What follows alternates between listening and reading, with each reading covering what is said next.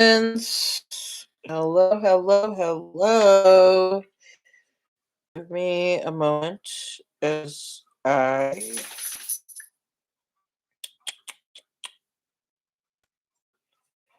give me a moment as I share this out.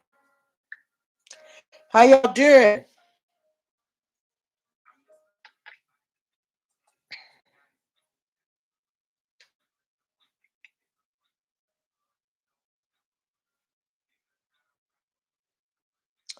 Happy Tuesday.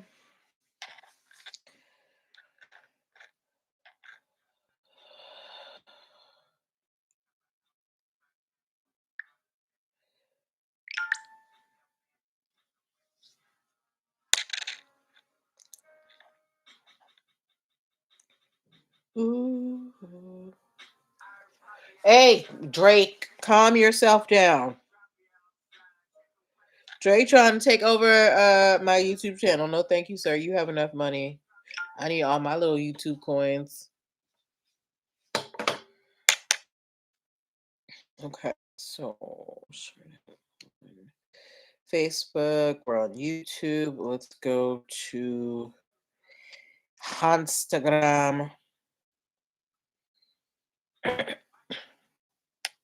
Hey, we'll take a weighted blanket.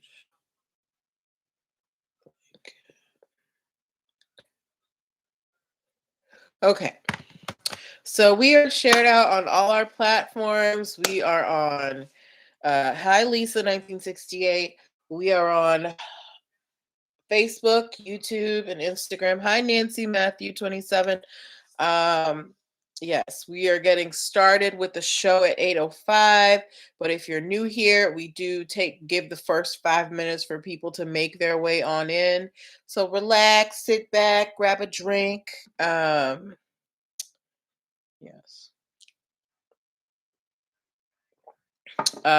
Yeah, we will be. Hey, so yeah, we're gonna get started at 8:05. We've got some lovely stories tonight. Michael Moore is coming up. We have got Mr. Jason Momoa is in the news. A scammer gets hard time for fraud, trademark fraud. And we have a dance hall versus Afrobeat battle going on in the intellectual property space. So, High Street's hottest trainer. So, we've got a lot going on tonight. I'm very excited about tonight's stories, and I'm very excited to talk about them with you guys. So, get your thinking caps on so we can have a great discussion. Hey, yeah. What is this? Tuesday? Yeah, it's Tuesday. Feels like later in the week, but it isn't. I think I'm just excited because this time next week, y'all, I'm going to be on an island, okay? Getting all the beach, getting all the sun. I cannot wait. Yes, but anyway, we're gonna get started in about 2 minutes. So, well, 1 minute now. So let's get ready. Invite your friends at 8:05. You know they're going to want to be in here with us. It's going to be a fun time. Grab a drink, grab a snack. If you're driving, keep your hands on the wheel. Just, uh put it on, but just have it in the background somewhere. All right. Oh, I want to say hi to my parents and to my sister and to all my loved ones who watch. Y'all the bomb, all right? But yeah, we're gonna have some fun tonight. Hi, Kels Butter. All right, so I'm excited. All right, I'm gonna need a lot of participation from y'all today. All right, no silent sallies. Or whatever you would call them. All right, it's 8:05. Time to get started.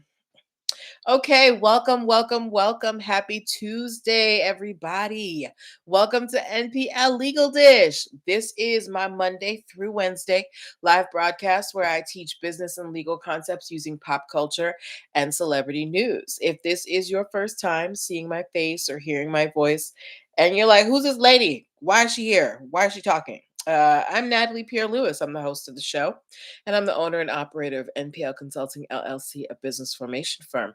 What that means is I help people like yourself get your business paperwork together. So things like making sure you have your articles of incorporation with the state, getting your EIN numbers and DUNS numbers, making sure you have appropriate contracts. Hey, Canada Cape Cod, DC, making sure you have appropriate contracts for clients and partners, brand protection strategies for so people don't steal your business ideas, and hiring and training strategies so you don't get sued for discrimination. I help you do all of these things. Why does my screen look like that? If you're wondering, hi, Margaret. If you're wondering why I'm qualified to do all of these things, I'm very happy that you asked. I'm a licensed attorney, have been one for 15 years and counting. I've started multiple businesses for myself and others, both online and offline. I've had many careers in the realms of entrepreneurship, the law, education, hospitality, and administrative support. And most of all, I'm very passionate about making business and legal education as accessible to everyone as possible. Not everybody has the time, the money, or the desire to go to business school or to law school, but a lot of you have amazing business ideas. And if you're going to be successful, there are just some things that you need to know. There's no way around it. Okay. So that's why I'm here.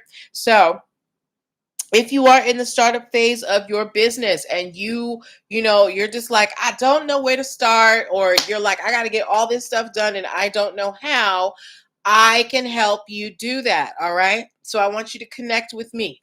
How are you going to connect with me? You're going to go to linktr.ee/NPL consulting firm. That is linktr.ee/NPL consulting firm. There you can book yourself a free 15-minute consultation if you are a first-time client. You can also download my free biz launch cheat sheet if that you choose to start your business in 7 days or less. Linktree/NPL consulting firm is also where you can subscribe to the YouTube channel and to the podcast. So if you ever can't make a live broadcast here, you can catch up at your leisure. Okay. Linktree/NPL consulting firm is also where you can get show merch like my lovely T-shirt. All right. Some mugs, beautiful mugs. All right, very classy, very fashionable. Um, but yeah, Linktree/NPL consulting firm is where you can get your show merch as well. Okay. And last but not least, Linktree/NPL consulting firm is also where you can pick up my digital products like my ebooks and my video trainings. So this month we're focusing on hiring and training employees and setting your team up for success. So if you need help with that, make sure you pick up the employee onboarding guide. It is $9.97. If you go to Linktree/NPL consulting firm, it is the very first button when you click that link. Okay. All right. So now that we have gotten the housekeeping out of the way, let's get to the show and why we're here and how it works. Just in case somebody might be new and watching. All right. Here is how the show works. I pull stories from the news, stories from blog sites, stories that you lovely people send to me. I pull stories from a multitude of sources, and I find the ones that have lessons that we can learn as business owners, and we talk about them. Okay. So this is a time for you to get involved. This is a time for you to, ask questions. So I want your questions. I want your comments, as long as they're respectful. And also, I will be asking you questions to answer for me and to give me some emojis. So I need you guys, to keep your fingers ready. Unless you're driving, keep your hands at 10 and 2. Okay. So that is how the show works. If we have time at the end, we might do a little bit of Q&A, but we are going to get started. Okay. All right. First story of the evening. If you have heard of Michael Moore, the documentary producer Michael Moore, please give me 2 M's in the comment box. If you have heard of Michael Moore, give me 2 M's in the comment box. And if you know who Michael Moore is, um, name one of his documentaries. If you know who Michael Moore is, give me an MM in the box. Thank you, Margaret. And if you know who Michael Moore is, name one of his documentaries. Um, the very first documentary I saw of Michael Moore, I was in college, and it was called Bowling for Columbine. Um, I don't remember much about it, but it was just basically, how the Columbine school thing happened. Margaret said Fahrenheit 9/11. I think it's called 11/9, but I'm gonna give it to you. Okay. Yes. So Michael Moore, he does documentaries usually about how corrupt, the political system is, or how, anything, or just anything about corruption. That's what Michael Moore is about, right? Um, and as Margaret just, put in the comment box, one of Michael Moore's documentaries was called Fahrenheit 11/9. Now, I did not watch this documentary. Apparently, from what I could see on the movie poster, it was about 45 and the administration, things like that. It came out in 2018. And this documentary film grossed about $6.7 million from cinema releases, DVD sales, all of that. So the film has made about $7 million. Okay. Now, in Fahrenheit 11/9, there is video footage that is used of a time when former President Obama visited Flint in 2016. This video footage was recorded by a gentleman named Derek Clemens. Okay. So, Derek Clemens, when Obama came to Flint, Michigan in 2016, he was there. He recorded this clip, and he put it up on YouTube, and he also copyrighted the material. Um, and then Michael Moore somehow got a hold of this video and used it in Fahrenheit 11/9.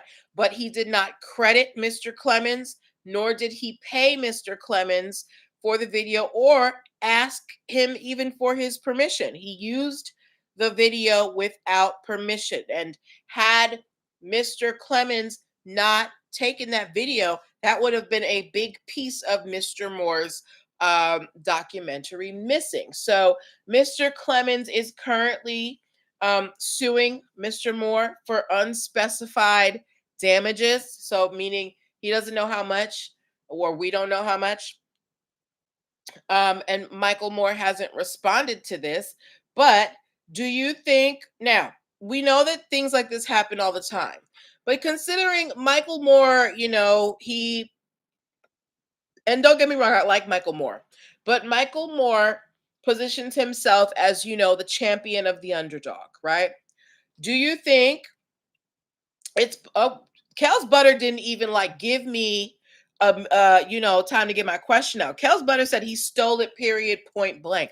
Does anybody else agree with Kels Butter, or do you think that this was just a mistake, an oversight?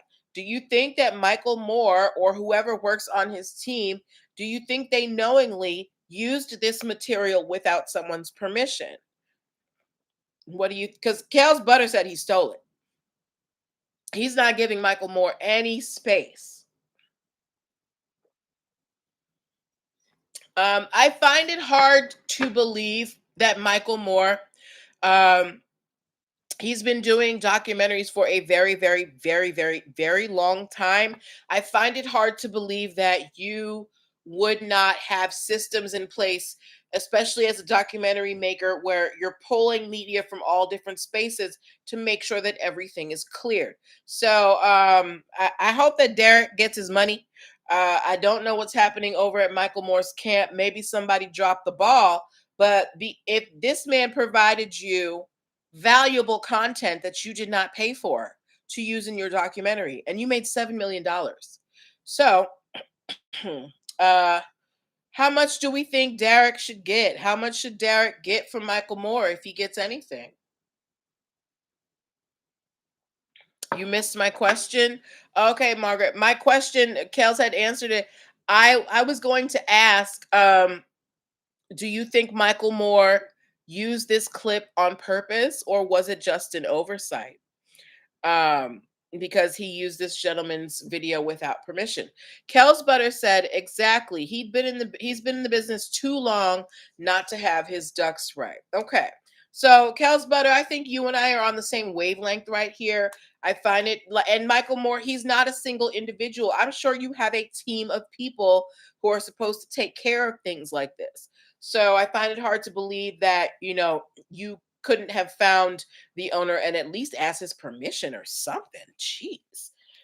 So how much do we think Mr. Clemens should get for this clip that Michael Moore used in his documentary without permission? So remember, the movie made $7 million. Derek Clemens' clip was part of the movie. I don't know how big it was. It may have been a few minutes. But how much do we think Derek should get? Excuse me. How much do we think Derek should get? Margaret thinks that Derek should get $1 million. You are very generous. I was gonna say maybe like a couple 100,000 at the most. All right. But good luck to Derek. I hope you get your money, bruh. Okay, moving on to our next story of the evening. Okay. If you saw the Aquaman movie, please give me a fish emoji. If you saw the Aquaman movie, hold on. Kels Butter said at least 2 million, depending how much info he used. Oh gosh, Kel said 2 million. Y'all are being very generous with Derek. Okay. But moving on to our next story. If you saw the Aquaman movie with Jason Momoa, please give me a fish emoji. Aquaman, ooh, ooh, ooh, ooh. Aquaman, ooh, ooh, ooh, ooh. I saw Aquaman. I saw Aquaman 1 and 2. Um, and I only saw it because of Jason Momoa. Okay. What a Samoan dream. Um, but if you saw the Aquaman movie, give me a fish emoji. You didn't see it, Margaret? Okay. Kels Butter, you didn't see Aquaman? Okay. Anyway, even if you didn't see Aquaman, I'm sure you saw some type of advertisement for the movie and you know that it starred Jason Momoa, right? And Jason Momoa, he is a media darling. People like him. He's friendly. He's fine. He's married to Lisa Bonet. He's friends with Lenny Kravitz. Jason Momoa is a publicist's dream. Um, and Disney is trying to cash in on Jason Momoa's popularity. Disney has filed a trademark application for Jason Momoa's name in the area of blankets, towels, curtains, diaper, diaper pads, diaper changing pads, and pillowcases. So it seems like Disney has an idea to come out with some kind of linen line for Jason Momoa. Now, I myself don't necessarily associate Jason Momoa with household goods like blankets and things like that. But if Jason wants to come out with a weighted blanket or Disney, I'd be down for it. But I'm wondering here, why is Disney trademarking Jason Momoa's name and not Jason Momoa? Does Jason Momoa know about this trademark application? Because I haven't heard anything from him. Why do we think that Disney is out to now we know that Jason Momoa's name is, popular, whatever. But why would Disney choose to trademark Jason Momoa's legal name as opposed to, hey Nessie time, as opposed to using his character name, right? Margaret said, I just don't get trademarking somebody else's name. I don't get it either. especially when the person is alive and can use it. Um, but again, this is what intellectual property is about. It's about claiming your space, making sure that people aren't making money off of you, right? Um, and Disney, apparently, obviously Jason Momoa, he brings in the dollars, and apparently Disney's trying to capitalize off the name as well.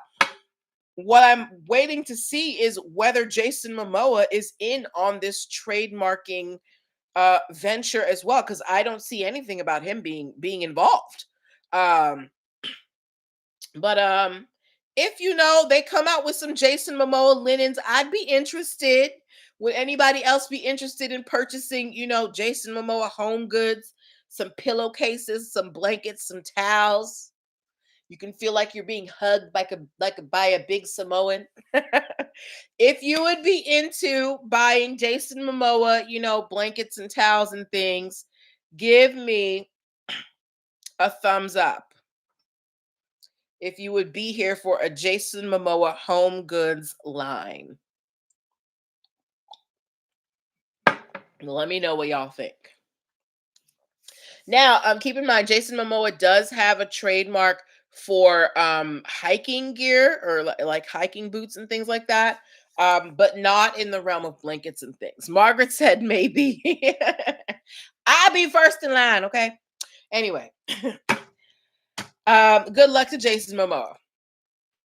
To stories, I remind you guys that you're watching NPL Legal Dish. This is my Monday through Wednesday live broadcast where I teach business and legal concepts using pop culture and celebrity news. Hey, essentially true.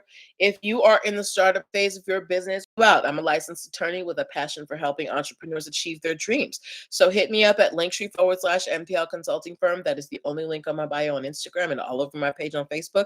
And I can't wait to talk to you. All right. You can book a 15-minute consultation if you are a first-time cliente. All right.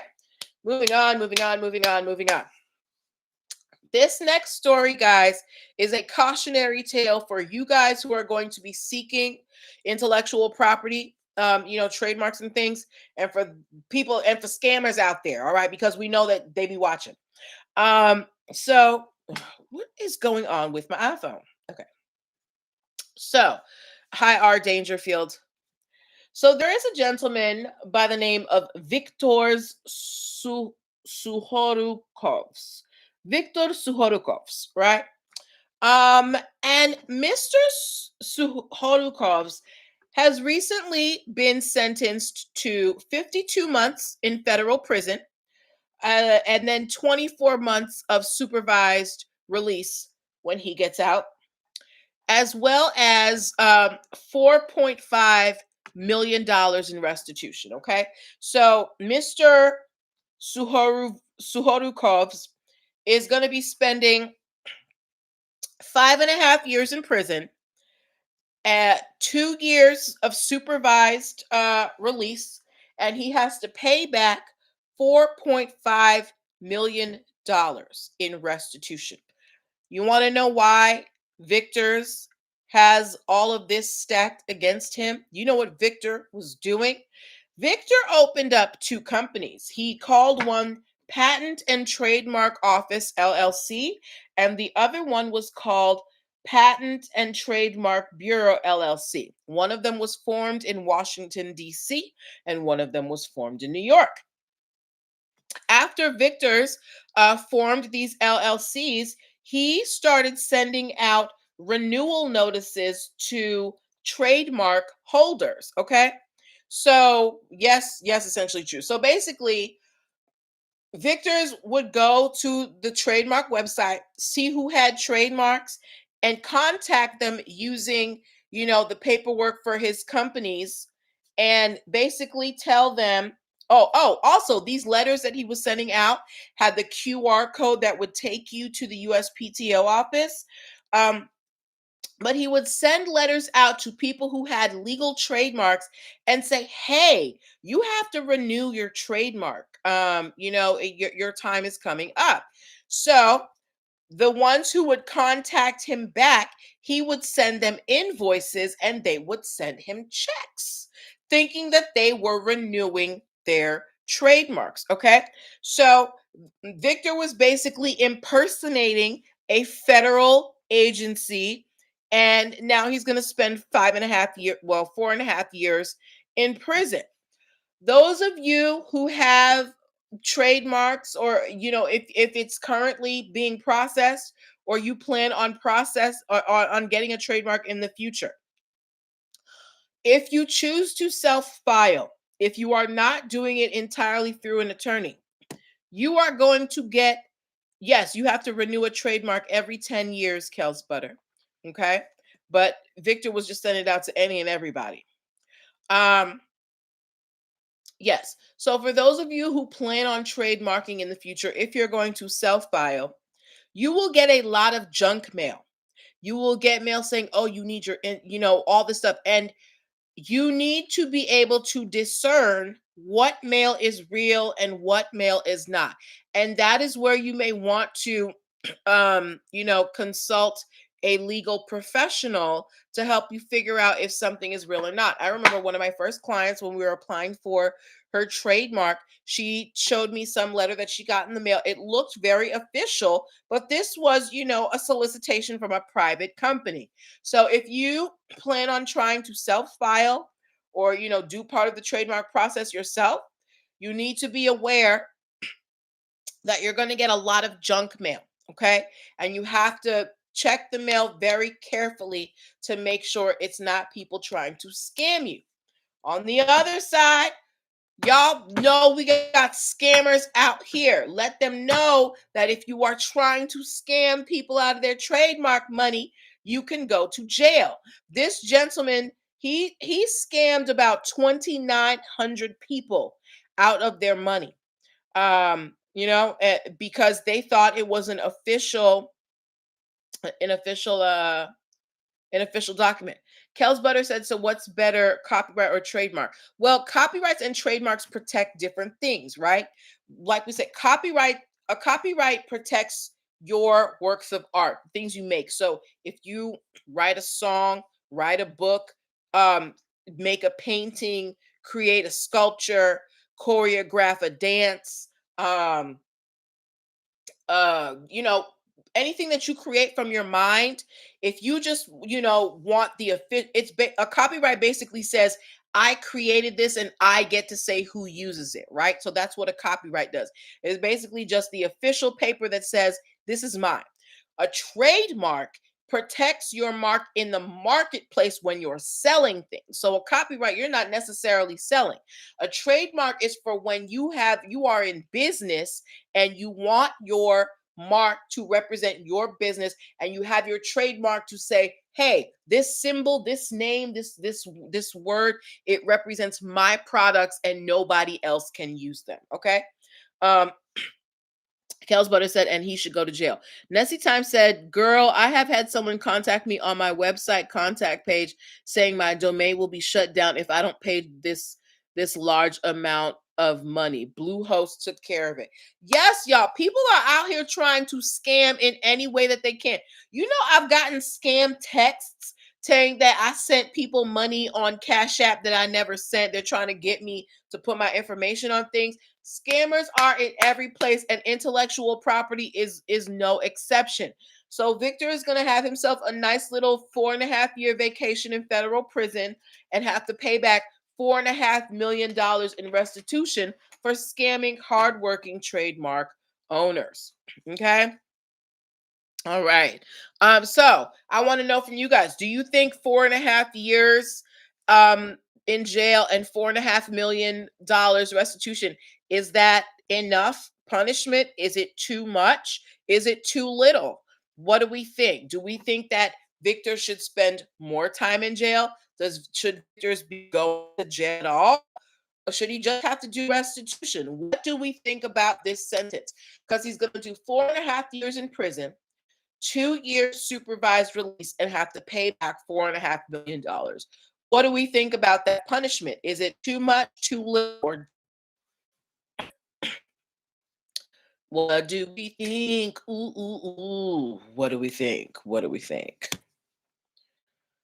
What do we think? Kels Butter said yes, jail it is. So Kels thinks that the jail sentence is appropriate. Does anybody think the jail sentence is too excessive? 4.5 years? Too little? Or is it anybody else? I think it's just right. Sir, you scammed 2,900 people out of their money. And you were impersonating a federal agency. Kels Butter said, I think it fits the crime. Margaret said, just right. Right. I think they got it right in this case. All right. So, word to the wise, don't be out here trying to impersonate the USPTO. Okay. All right. Wait. Kels Butter said no, it took him that long to keep it going. Yeah. I'm sure this was over the course of years. I think he scammed 29 people over the course of like 3 years. All right. Okay, moving on to our final story of the evening. Okay, y'all, it's the battle of the beats. If you like dance hall music, give me a Jamaican flag.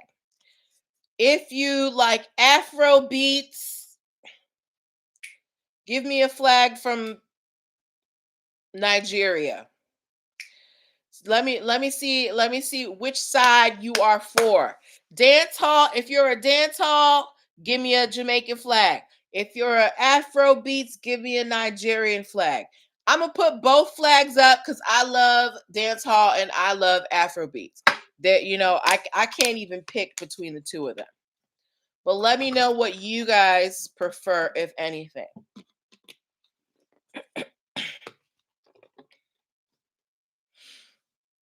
Mm-mm-mm. Margaret gave me, a Ghanaian flag. Okay, I like that. I want to visit Ghana one day. That's a place that I really want to go visit. All right, so we got one for Afro beats. I'm like in the middle. I told y'all I'm giving y'all.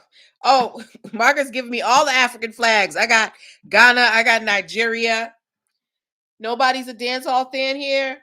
76 Grimke. I need you to rep your set right now. Are you team dance hall or are you team Afro beats or are you both? Let me know. Afro beats or dance hall? Let me know, guys. Or, are they equal for you? Kels Butter said, I like them both, don't know the flags. Okay. All right. Well, there's a little bit of a tiff happening in the dance hall versus Afro beats world. Okay. If you don't know, there is a gentleman who is a dance hall artist, and he goes by the name Mr. Easy. EASY, spelled the regular way, right? 76 Group K said dance hall. Okay. Mr. Easy, he is 51 years old. He has been a dance hall artist for over 20 years. And recently, there was a little brouhaha amongst his fans because there was a show in New York and his fans thought that he was performing and they were very disappointed to find out that he was not.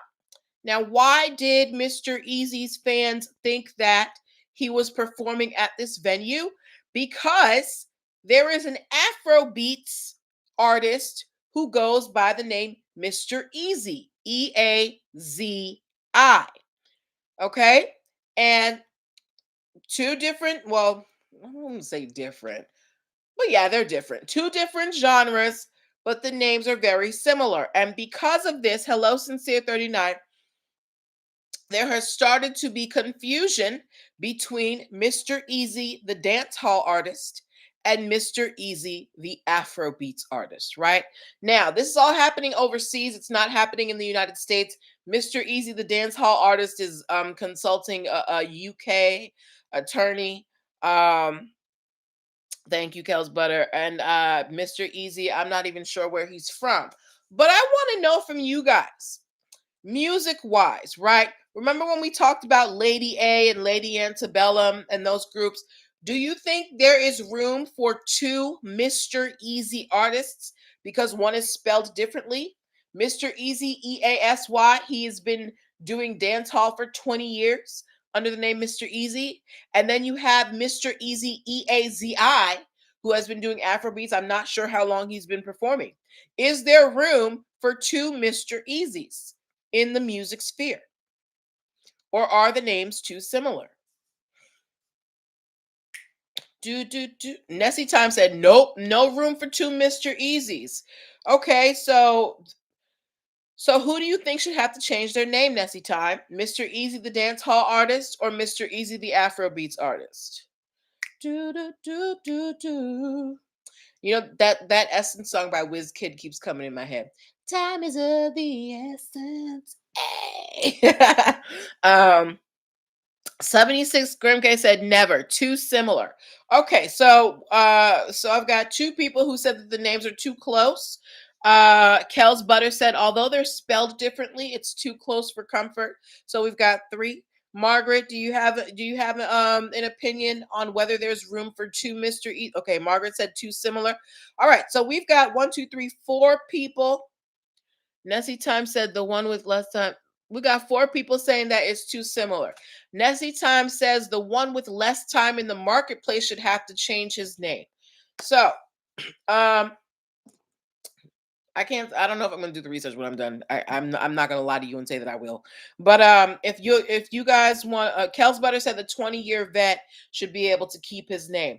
Yeah, I agree. I agree with you guys. I think the person who's been in the business longer should be able to keep their name. Unfortunately, the word easy, while it may be spelled differently to the ear, it is indiscernible. So someone could be confused, right? Um, so Mr. Easy's so to both Mr. Easy, I wish them the best, but Mr. Easy Afrobeats may have to change his name because unless he's been performing for 30, 25 years or something, I think Mr. Easy Dance Hall has him beat. Okay. Ooh. All right. Uh, Oh wow, those were some fun stories. Okay, so we have come to the end of the show, guys. That was really good. I love those discussions. We talked about Michael Moore using someone's footage in his documentary without permission. We talked about Disney trademarking Jason Momoa's name. We talked about this. I am assuming Russian gentleman who's going to be spending 4.5 years in prison for impersonating the USPTO. And we talked about and we had a dance hall versus Afro beats IP off. Okay. So if we have any questions about those stories, now is your time to get it in. Y'all got about 2 minutes. If you have any questions about business formation in general, now you can get that in now as well. We will be back tomorrow with more stories. And yeah, I this like last week's stories weren't that great, but we've been doing good this week. I'm real excited about it. If you find any stories that you want me to talk about, please, please, please send them to me to my inbox. I love it when you send me stories. Make sure that you are booking your one-on-one sessions as well. What else do I want to tell y'all? Yeah, next week I'm going to be on vacation starting on Tuesday. So there will be a show Monday, but there will not be a show Tuesday or Wednesday next week. Thank you, Margaret. But y'all can keep up with me on my vacation. I'll be posting pics and videos and things. But yeah, so this is where I'm gonna leave you guys. Have a wonderful night. Take care of yourselves. Wear your mask, wash your hands, whether you choose to get vaccinated or not, you still need to, take your precautions. And I will talk to you guys tomorrow. Bye.